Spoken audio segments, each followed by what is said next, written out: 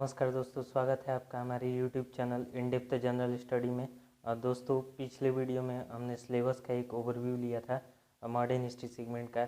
इस वीडियो में हम अपने पहले टॉपिक के बारे में बात करेंगे, जो कि भारत में यूरोपीय कंपनियों का आगमन। सबसे पहले हम कंपनियों के आगमन के क्रम को समझते हैं। तो सबसे पहले पुर्तगाली भारत में आए थे, फिर डच, फिर अंग्रेज, फिर डेनिश और फ्रांसीसी। ये कंपनियों के आगमन का क्रम है। 1498 में वास्को डी गामा उत्तमासन द्वीप का चक्कर काटते हुए एक गुजराती व्यापारी अब्दुल मजीद की सहायता से भारत के कालीकट बंदरगाह पर पहुंचे। वहां राजा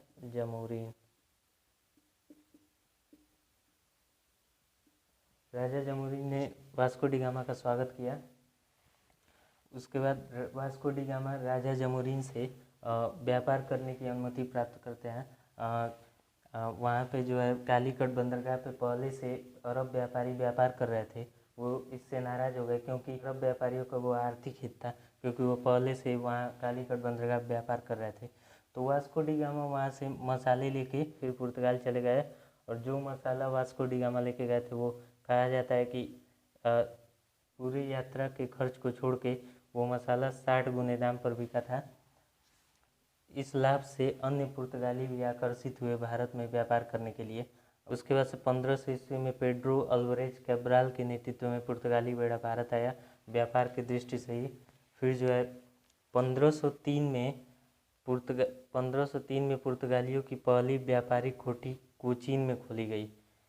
कहाँ? कोचीन में। 1503 में पुर्तगालियों की पहली व्यापारिक कोठी कोचीन में खोली गई। उसके बाद से क्रमशः 1505 में दूसरी फैक्ट्री जो है कन्नूर में पुर्तगालियों खोली गई। उसके बाद गवर्न करने के लिए पुर्तगाल से गवर्नर जनरल भेजे गए। उनमें जो सबसे पहले गवर्नर जनरल थे Francisco de Almeida. Francisco de Almeida 1505 से 1509 तक रहते हैं। इनके बारे में 2-3 फैक्ट है। ये सबसे पहले ये प्रथम पुर्तगाली गवर्नर फ्रांसिस्को डी अल्मीडा को बोला जाता है। पहले पुर्तगाली गवर्नर यही थे फ्रांसिस्को डी अल्मीडा, जो कि 1505 से 1509 तक रहते हैं। इनकी एक पॉलिसी थी blue water policy. Blue water policy क्या था? फ्रांसिस्को डी अल्मीडा का कहना था कि हमें जो है, जो हिंद महासागर वाला क्षेत्र था, जो समुद्री क्षेत्र था, वहाँ पे ये अपना वर्चस्व कायम करना चाहते थे, ताकि कोई भी व्यक्ति या जहाज़ वहाँ से इनकी इजाज़त के बिना ना आए ना जाए। तो ब्लू वाटर पॉलिसी में एक तरह से फ्रांसिस्को डी अल्मीडा जो समुद्री क्षेत्र था वहाँ पे ये अपना वर्चस्व बनाना चाहते थे एक तरह से। उसके बाद फ्रांसिस्को डी अल्मीडा के बाद एक महत्वपूर्ण वायसराय है अल्फांसो डी अल्बुकर्क। 1509 से 1515 तक अल्फांसो डी अल्बुकर्क रहते हैं, और इनको जो है पुर्तगाली साम्राज्य का वास्तविक संस्थापक अल्फांसो डी अल्बुकर्क को बोला जाता है। फ्रांसिस्को डी अल्मीडा ने अपनी धाक जो समुद्री क्षेत्र था वहाँ पर जमाई, और अल्फांसो डी अल्बुकर्क ने पुर्तगालियों की जो जड़ें थी उनको मजबूत किया।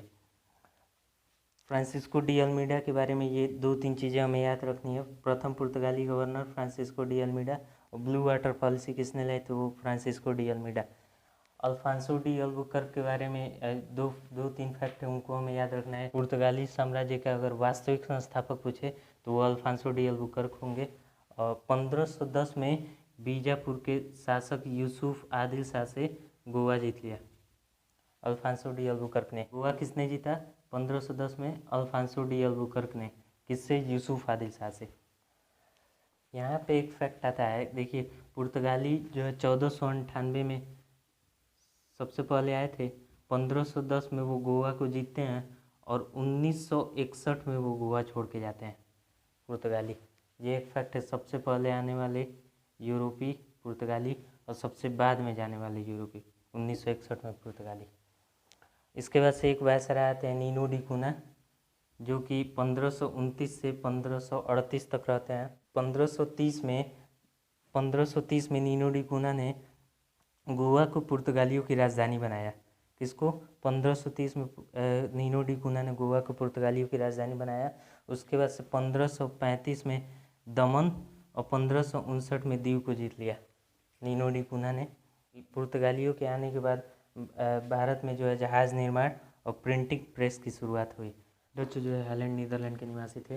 1595-96 में कार्नेलियस डी हाउटमैन, जो कि डच नागरिक थे, ये सबसे पहले इंडोनेशिया द्वीप पर पहुँचे थे।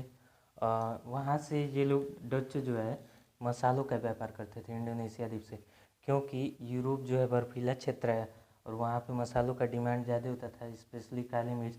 तो डच जो है मसालों का व्यापार इंडोनेशिया द्वीप से करते थे। उसके बाद से जब इनका संपर्क भारत से हुआ तो ये मसालों की तुलना में कपड़ों को ज़्यादा प्राथमिकता देने लगे। उसके बाद से एक फैक्ट और है, पूछा जाता है, जो कि 1600 डचों की कंपनी की स्थापना कब हुई थी। तो डच कंपनी जो 1602 में डच कंपनी की स्थापना हुई। कंपनी की स्थापना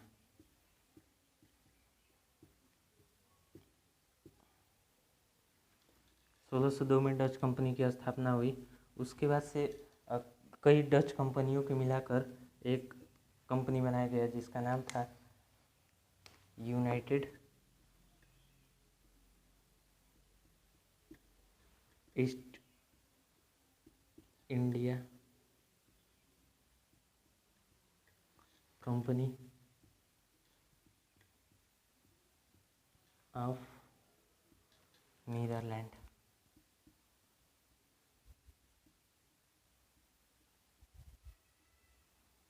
United East India Company of Netherland कई डच कंपनियों को मिलाकर बना। डचों की जो पहली फैक्ट्री थी वो 1605 में मसूलीपट्टनम में खोली गई। मसूलीपट्टनम, डचों की पहली फैक्ट्री 1605 में कहाँ खोली गई? मसूलीपट्टनम में खोली गई।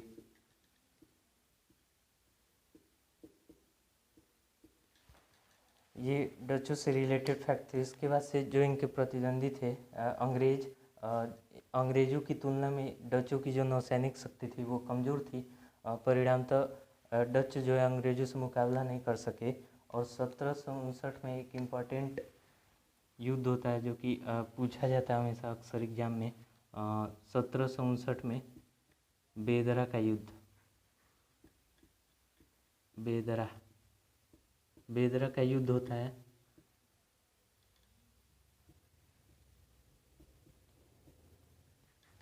बेदरा का युद्ध अंग्रेज और डचों के बीच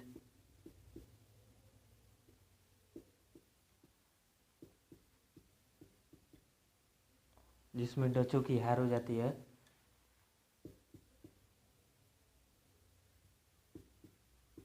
यहीं से इनका प्रभुत्व जो एक तरह से समाप्ति की ओर होता है। तो दोस्तों अगले वीडियो में हम लोग विस्तृत रूप से अंग्रेज और फ्रांसीसी कंपनी के बारे में पढ़ेंगे। नमस्कार।